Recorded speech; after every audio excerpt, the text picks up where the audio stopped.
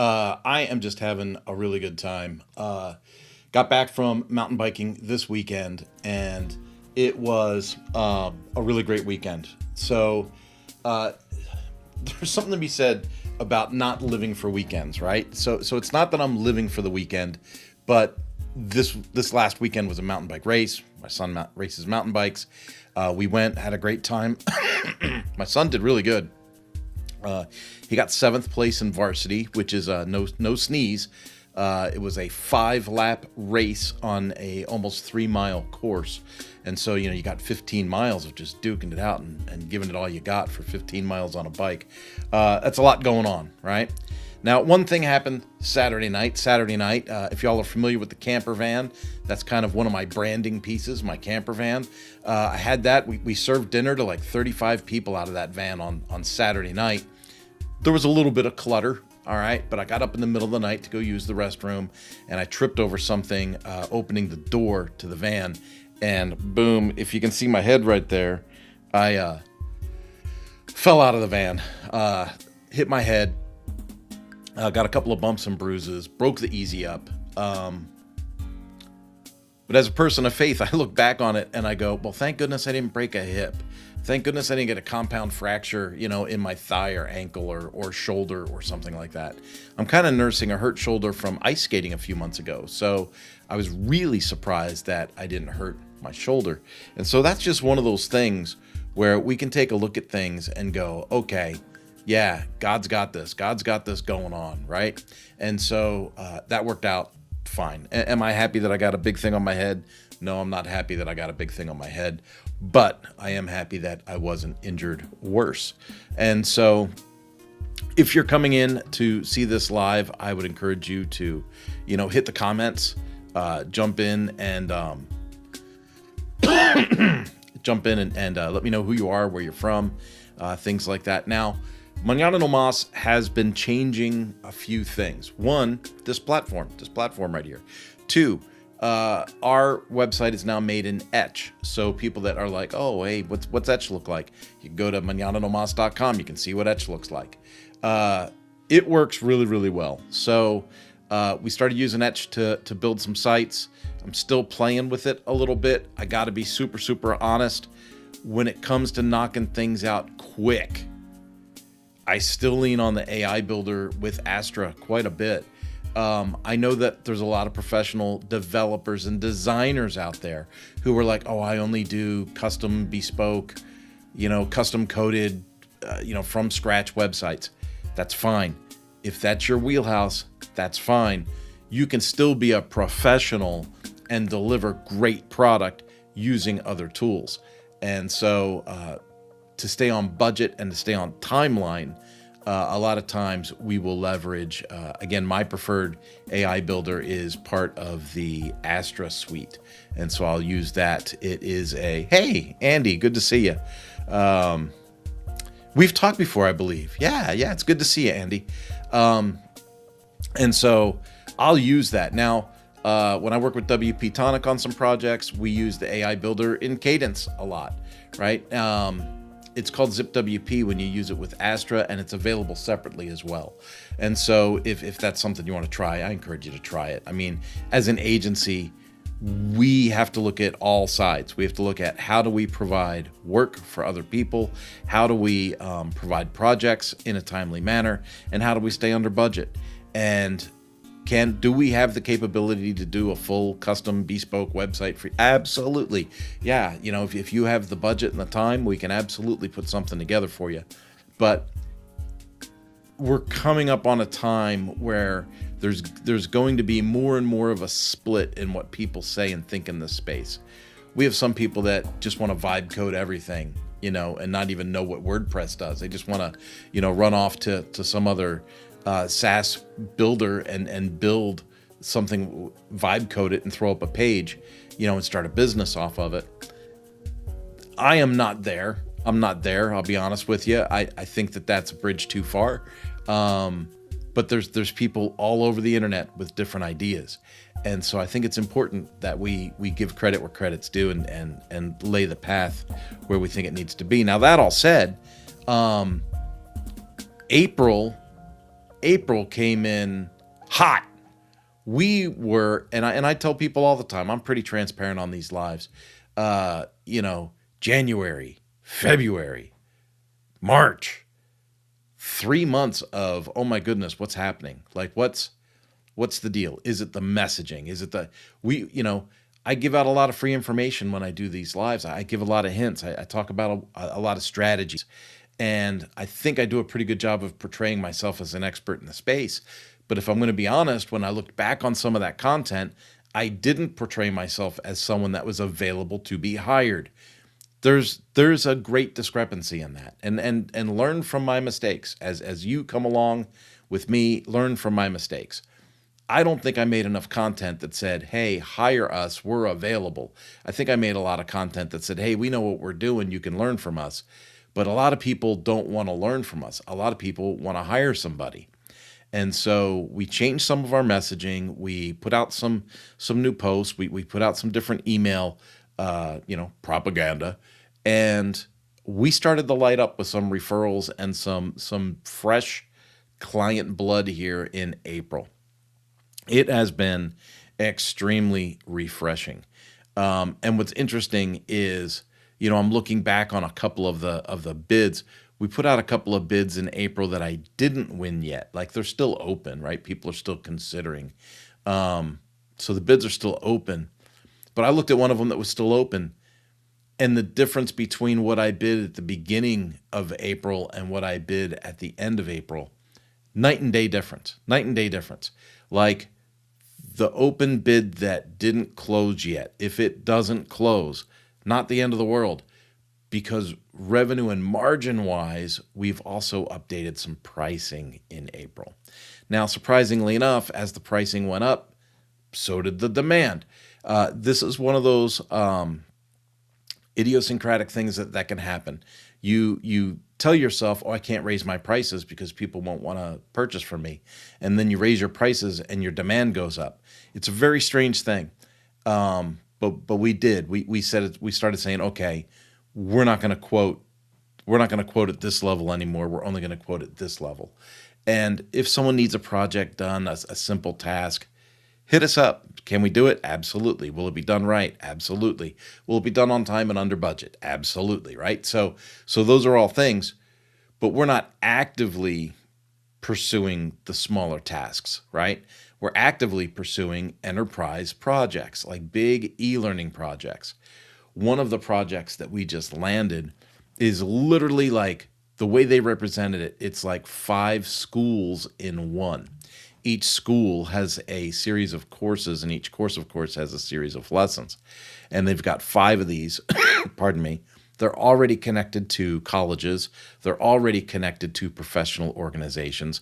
They already have a list to sell to. As we do our soft launch, which is this week, like, we put them on the fast track. For people that are watching this and you're going, well, how does I don't have the time. Forget about the time. We're talking like in 10 days, less than 10 days, let's just say 10 days. 10 days, not 10 business days, 10 days, we're able to go from sample site to minimal viable product, launch, ready to go, first effort, here we go, do it. So not all 5 schools, just the first school is being launched in the MVP, and then the client is developing the other 4 schools moving forward. And so am I excited about it? Yeah, I'm super excited about it. For one, I'm a person of faith, and this is a faith-based training initiative. So couldn't have a better fit there. And the people that I'm working with are phenomenal. They're just really, really great people. And so we're just loving the project. That part is great. We got someone in the medical field. I don't want to divulge all of it because it's not in progress yet.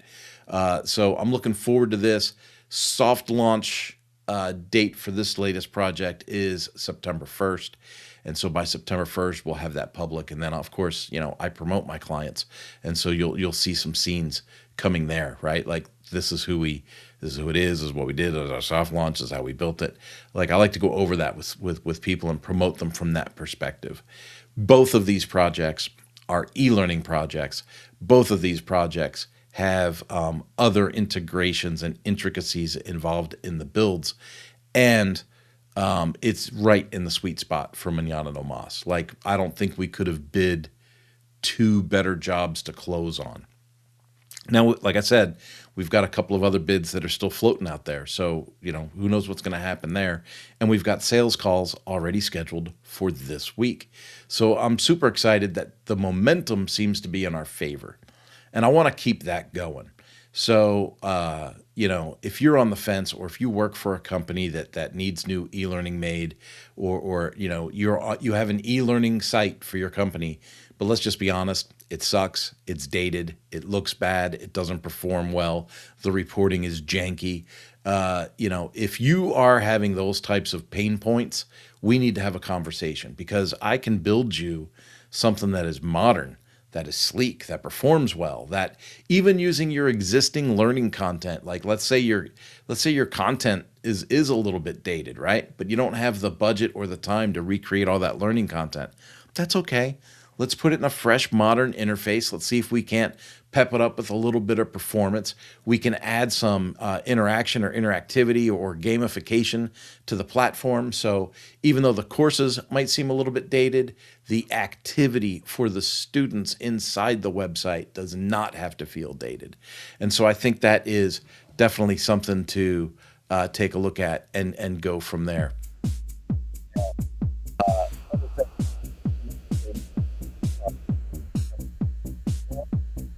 Sport Academy. I mentioned the Power Sport Academy a lot with Manana no Mas because it's our premier homespun project. I have a huge background in power sports. I am the expert on fixed operations in the United States for dealerships on leadership, communication, and how to sell more service product through your dealership. And so the Power Sport Academy is pushing harder than ever to get more dealerships to train their people. It's incredible. That particular vertical is real reluctant to training. It's ironic because I also train in the marine industry, when they sell boats. And for years, when I was in the power sports industry, they would refer to the marine industry as being like cavemen, that, almost like, they're beneath us, right? I got to tell you, the marine dealer owners are all about the training. They want to train their people. They want to have process in their building. They know that they have to do it on their own. They know that they're responsible to train their people. In power sports, things got muddy because the OEM distributors helped with some of the training in previous decades. We're going back like historically decades. And they haven't recently. In recent history, the OEMs haven't done anything to help the dealers. And so the dealers are reluctant to pay for training because historically somebody else did it. Somebody else paid for it. What they're missing is when something is free, you have to ask, why is it free? Why is it free? Who is the benefactor if something is free to the dealer? Well, it wasn't the dealer, and it wasn't the dealer's employees, to be honest with you. It was the OEMs. They were creating training material that coerced the dealer into running their dealership and behaving in a way that the OEM wanted them to behave. And it wasn't always in the dealer's best interest. Now we have a training product called the Power Sport Academy, and we teach dealers, hey, we'll teach you how to work with the OEMs instead of for the OEMs. We will give you training from a dealer perspective. We will help you increase your margins. We will help you with your sales. We will help your productivity and efficiency. We will help you, stop getting technicians wanting to quit. All of these things. And it's a great product, and we push that quite a bit. Now, we're doing a pretty huge push right now on the Power Sport Academy. So it's fun because on the agency side, we help other businesses grow their e-learning products. And now here we are on our own end, growing our own e-learning product. And it's nice that we can say, look, we've got this successful thing that's been running for 6 years. We got this, we do the other thing. When we talk to customers, it's that real confidence builder that, like, how they say with teachers, those that can do and those that can't teach. I didn't want that to be the thing with Manana no Mas. I wanted people to say, how do I know you can build, a successful e-learning website? And I turn around and go, well, take a look at this. This is my own successful e-learning website, and go from there. Now, if you watch me for any length of time, and as I mentioned at the beginning of this call, I'm into mountain biking. I love the mountain biking, especially with the kids. And there's not a lot of available content out there, especially family-oriented content on how to get started in bicycling. And so I let my fingers do the walking. It's been an idea I've had for a long time. I have had the URL Pedal Academy for a long time. Years I've had the Pedal Academy. And finally, I was like, I'm a coach on the mountain bike team. I interact with NICA. I do these things. I should do something here. I should really do something here. And so I've decided that I will build the Pedal Academy. So pedalacademy.com. We already started working on a sample site. We already started putting together some sample content for courses. But we're super excited because we're going to cover gravel riding, road riding, and mountain biking. And we're going to cover it from the perspective of like you're a parent with younger kids and you want to get them into cycling. And then how to do that correctly without losing your tail. James Lau in the house. Good morning. And so we want to do that. But there's the other side of bicycling, and it's kind of like the side that fits me. Old people get into bicycling. I can't tell you how many times I'll be road biking and I'll run into somebody that's 60 or 65 or 70 years old, and they're road cycling, and they're doing it because they need some kind of fitness. Bicycling is low impact as long as you don't fall down. Your ankles and your knees and your hips don't tend to get all blasted away from bicycling, and so it's a popular sport for older people to take up. And if we think about it legitimately, there's a couple of well-known mountain bike sources out there for people of age that are into mountain biking, but there's not a lot for gravel biking or road biking. And so we're going to incorporate some of that elder message into the site as well, but I don't want to sully the message that for the younger families. And so it's going to be like an add-on section. We got to be really delicate with the copy, the copywriting on how we promote those two angles. I don't want the old folks to feel like they're not invited, but I don't want to create content that's above board, that's too that's too advanced, or when I say literate, I don't mean that people are stupid, but like I don't want to create content that's beyond the grade level of people that we're trying to attract with the younger families and the youth. So working on that project. On one hand, I feel like I have a ton of projects I need to get rid of. On one hand, I feel like I need to shut things down. I have a project called Service Writer Book. I have a thing called, automotiveservicecenter.com. I have all of these different projects, and some of them, quite honestly, I need to shut down, and I need to blend them into kurtvananen.com or manananomas.com. Like, you're either part of the digital studio or you are part of the training and consulting business. And so for me, that's where I need to kind of go. But then when we have these training products, that's different, right? So we have it's kind of like the Action Leadership Academy that goes with the book I wrote. I have the Action Leadership Academy. It promotes the book I wrote. It has 3 courses in it. It's got some other courses that are like sister courses, and it's all like training stuff, right? And so I'm not going to put that into Manana no Mas. Manana no Mas is about hosting and building your e-learning platform. And so I'm trying to focus and bring things. I want to bring things into kind of like an umbrella, but I don't want things to like that not fit. Like I can't put a square peg in a round hole. So we're having a little bit of a challenge on what's going to be consolidated, what's going to be expanded, and what is the core messaging for each of those projects. One of the things that's cool about doing things the way that I do things, as far as doing these lives and sharing screens with everybody and showing you what we do, is you get to see it. Like you get to see the process. And so if you follow along, like, share, subscribe, if you follow along, We'll see how this develops over time. Uh, and it's interesting. As I'm sitting here patting myself on the back for a couple of successes, I do want to point out that there are failures. Two pop to mind from 2025 right off the bat. Early in 2025, old friend reached out. Can you help me with some marketing and basically like PR stuff? I said, yeah, I can do an audit for you and fill in the blanks, and gave him. Here's the problem. Here's the problem right here. Gave him the good guy discount, right? Hey, we're friends. We've been doing this a long time. Let me just knock this out for you as a favor. It'll just be this much to cover raw expenses. And so sends over the money, never sends over the copy, never gives me the time to do, well, I'm busy. Well, can we get together on a Zoom call? I'm busy. Look, dude, I will write the content. You don't even have to write the content. I just got to get with you and understand where you're at, make sure we have the right voice on this thing. And, I'm not going to say he chose to walk away. I'm just going to say he did walk away. We never even launched the project, didn't even get close to launching the project.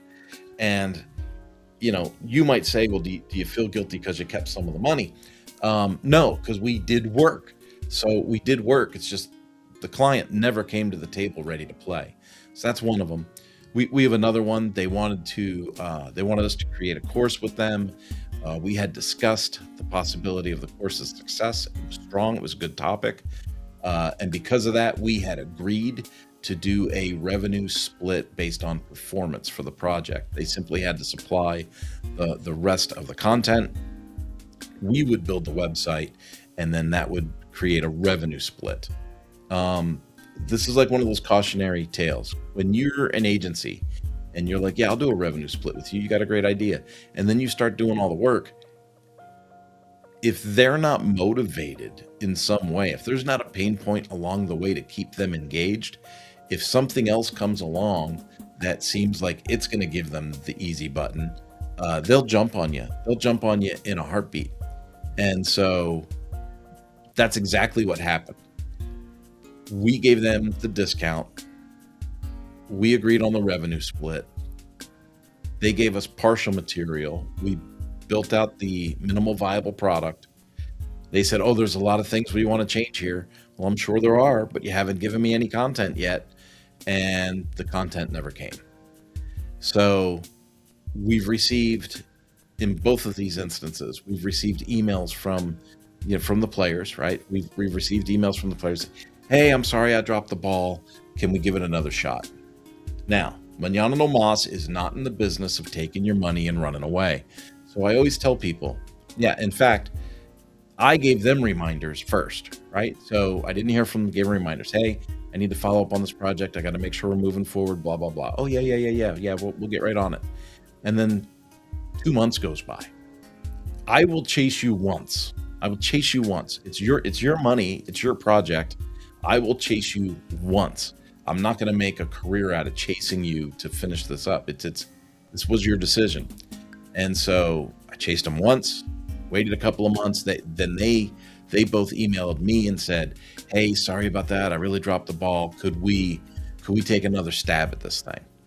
Absolutely. And I tell them right away, absolutely. I'm glad you're re-engaged.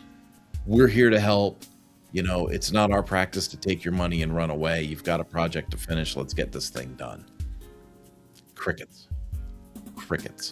Now, I'm not going to go chase them back, right? That's not going to happen. So, and realistically, after a year and a half, they're probably not going to come back to me. Now, here's the problem. Let's say that they do. Would I continue to do the work? I'm a person of faith and of high ethics. So yeah, I would do the work. Yeah, why not, right? But here's the problem. Our rates have gone up, just like everyone else's rates has gone up. And so they've prepaid for a service that, quite honestly, doesn't really benefit us anymore. Like, for instance, if I'm closing on large projects that have funding and I'm not having to do revenue shares and I'm getting paid up front to do the work, what's the benefit for us to do a revenue share with someone that's not fully committed to their own project. Not advantageous for us, right? Did I agree to do it? I did, so I would finish it. I would finish it. But I'm not chasing people down for these things.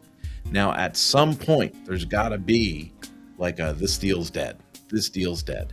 And for the record, in our project management system, both those projects are archived. Those projects have been put away. So we'll see. We will see. Chances are they're watching this live or watching the replay, and they're gonna be like, "Oh, I need to get in touch with them." But I just want to throw that out there. If you're an agency and you're actively doing business with people, I want to encourage you to follow our lead. Don't do what we did. Take a look at what we are doing.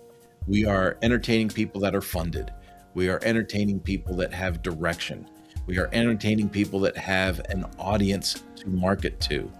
And when people don't have these things, I'm not saying it's a write-off right away, but there's only so many red flags that we'll take before I go, hey, this isn't a great fit for our agency. And, let me refer a couple of others to you that might be able to help you better.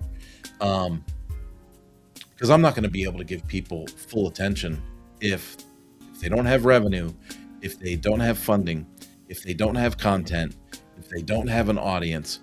Folks, they don't have a business. And we're a B2B company, business to business company. We're not a B to H, business to hobbyist. And if you're a hobbyist and you're fully funded and you're doing some not-for-profit work, like you're not worried about making sales, you just want to share some information, we're totally in. But if you don't have funding and you're not sure where the funding is going to come from and you don't have an audience, we are probably not the agency for you. And we can refer you to others out in the market that are more willing to work with you. But we just had to be really honest. As an agency, we had to be really honest with ourselves and with the people we were talking to. Like, there's certain standards to do business here. And right now, unfortunately, you're not hitting those standards yet. It's kind of like going to a bank and asking for a loan.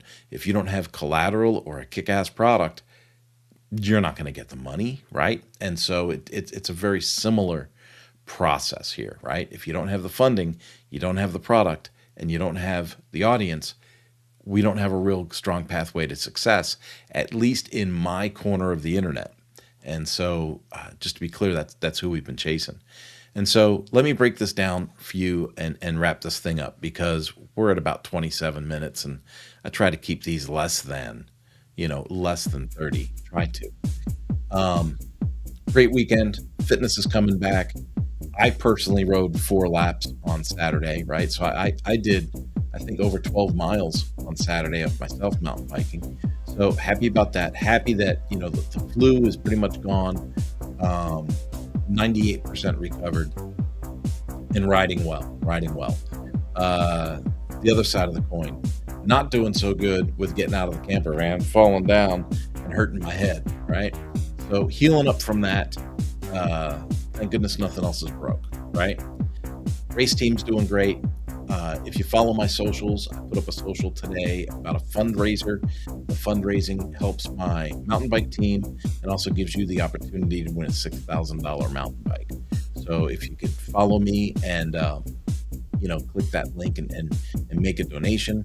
Any donation gets you a entry in to win a $6,000 mountain bike, which is pretty freaking amazing. And business is good, church is good, family is good. That wraps things up.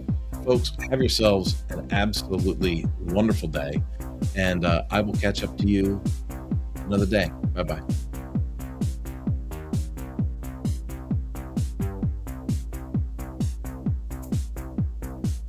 Interesting. This was the end. I couldn't play the other thingy.